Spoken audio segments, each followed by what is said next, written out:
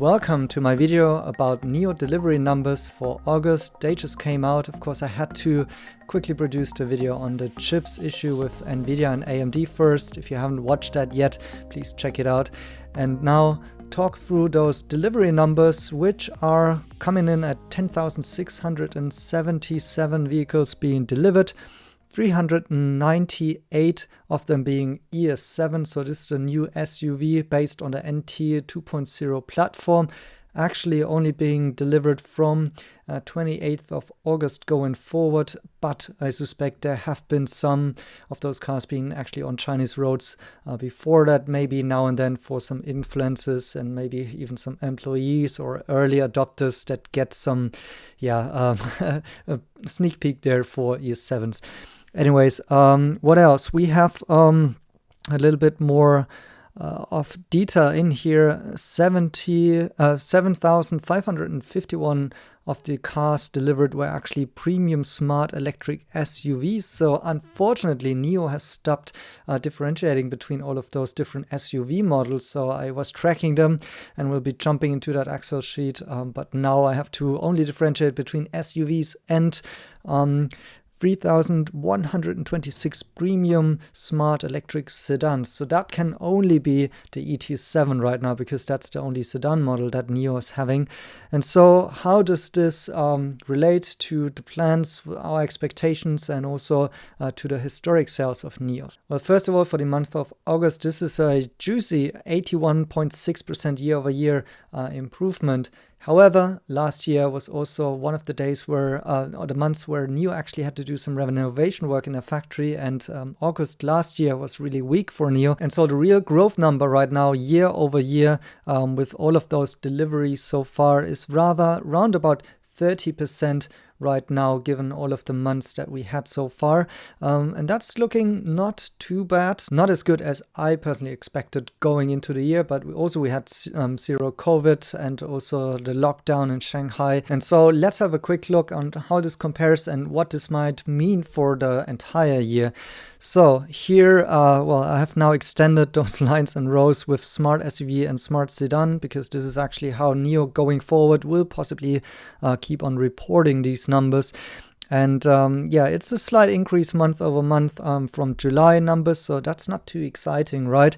However, we also know that going into August, Li Bin actually mentioned that August will be a challenging month for the ET7, because the last month already was impacted regarding the ET7 production because of some missing parts. And you can also see that in the numbers. So in June, we actually had more than 4,000 ET7s produced. Then the drop in July, close to 2,500. And now it's also, it's up a bit, 3,000, but it's still not the June number.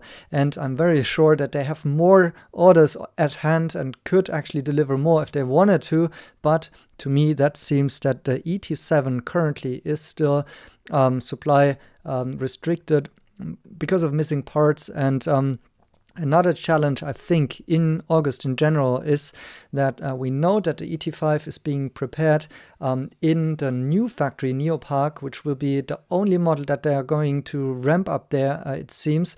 And to my surprise, also, I saw this with the latest ES7 photos. They are still being produced at the old factory. So that means NIO has actually the ES8, the EC6, the ES6, the ET7, and the ES7, 5 cars being produced at this old factory on only 2 lines. So that means they certainly have to have some shift between the different models and need to stop the line at some point, recalibrate things, and then try to kind of shift between those models to producing them for now. I have no idea how they're going to do that. I just know that this is causing complexity by the looks of it.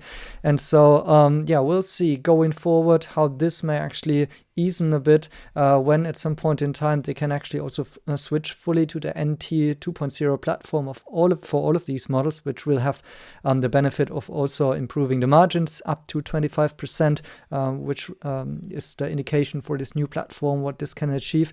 And then hopefully, I think, also moving another model to the NIO Park later on, and thereby maybe also phasing out one of the older models, I would say maybe the EC6 is fading out for the ES7. That might be my suggestion here, but we'll see about that. Anyways, I think this explains possibly all of the production shambles going on in the background. But however, the 10K isn't a bad number, I would say. I think there's a realistic chance that they may pull off something closer to 13K in September, and that would pump us over 30K deliveries for the entire quarter. Why am I thinking about 13K deliveries in September? Well, if you are one of my patrons, you know this document here. This is supposedly a leak, might be an authentic NIO document that shows, and now we've been speculating about this in our Patreon community. By the way, you can join it and support this channel and keep everything kind of free from advertisement here by joining and supporting our work. And well, in this community among patrons, we've been actually discussing whether or not this document could be accurate, because it's actually showing for August a number of 15,000 cars, and for September up to 20,000 cars. And we've been thinking whether or not this might be deliveries or may as well also be just a production number. So this document is going more specific actually into exports. So lots of cars have been exported to Norway and to Europe in general. I think there are 3 ships on the way. So these are possibly hundreds of cars of ET7 and ES7 on the way to Europe, which of course are not delivered in this quarter, because only once a customer is actually paying for the car and taking delivery, then they can be reported. So all of the cars are actually unreported right now and swimming somewhere on the ocean. And so this could still be an accurate number here, the 15K for August, but maybe it's rather production and not a delivery number. So if this is the production plan, it could be that some of the cars are actually, on the boats. Others haven't been delivered yet, because of course there is a time lag between actually producing cars, getting them distributed across China, then also license plate registrations, which is another data point that we usually get leaked. And so it might still be the case that this document is actually accurate. And that would imply that, if 15,000 cars have been produced in August, roundabout, that maybe we see a larger bump in September, because clearly there is an indication of scaling this up to close to 20,000 cars. And now, of course, in September, we would also have the ES7 ramping up. So this lower number of only around 400 cars being delivered this month, I would expect it to actually go into the thousands next month. And also what's coming more is, of course, the ET5.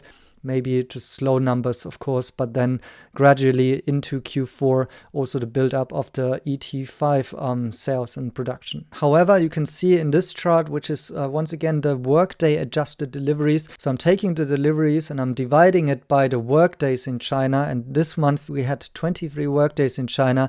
And if you divide the deliveries, that's actually 464 cars being produced per day and delivered. And this is, as you can see, a lower number than actually last month. So because last month there has been fewer workdays actually. And so, yes, this is a drop. It's a lower number here, but it still seems to be fitting in this overall trend.